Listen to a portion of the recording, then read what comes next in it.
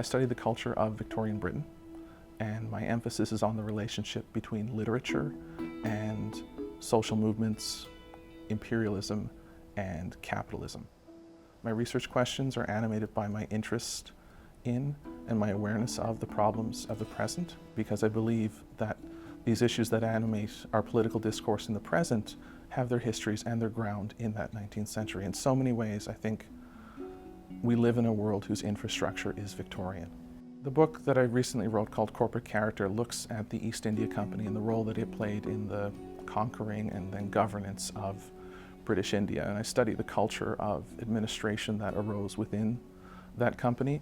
Towards the end of the book, I do make arguments that, though there's not a one-to-one homology between, say, the East India Company and Halliburton, there is something that we can learn about the operation of multinational corporations in the 21st century by studying how this one operated and defined terms in the 19th.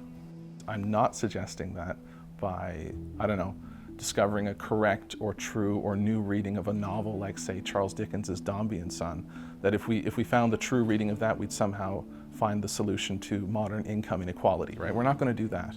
But what we can do, if we collect enough of these responses, if we look at the ways in which the Victorians responded to the same issues that trouble us today, right? They're concerned with income inequality, they're concerned with financialization, they're concerned with economic instability, they're concerned with environmental catastrophe and empire. So they have answers, and I think if we collect enough of those answers, then none of them are correct, but we'll have a new perspective, a new set of tactics to look at our problems in the present.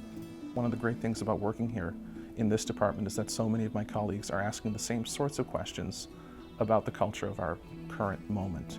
And so there's a lot of collaboration here. There's a dynamic community that transcends traditional disciplinary or period boundaries, and whether that's in our graduate seminars, our department colloquia, our informal working groups, or our formal research clusters, we constantly challenge each other as teachers and students to rethink our assumptions, and I think that makes all of our research better and more lively.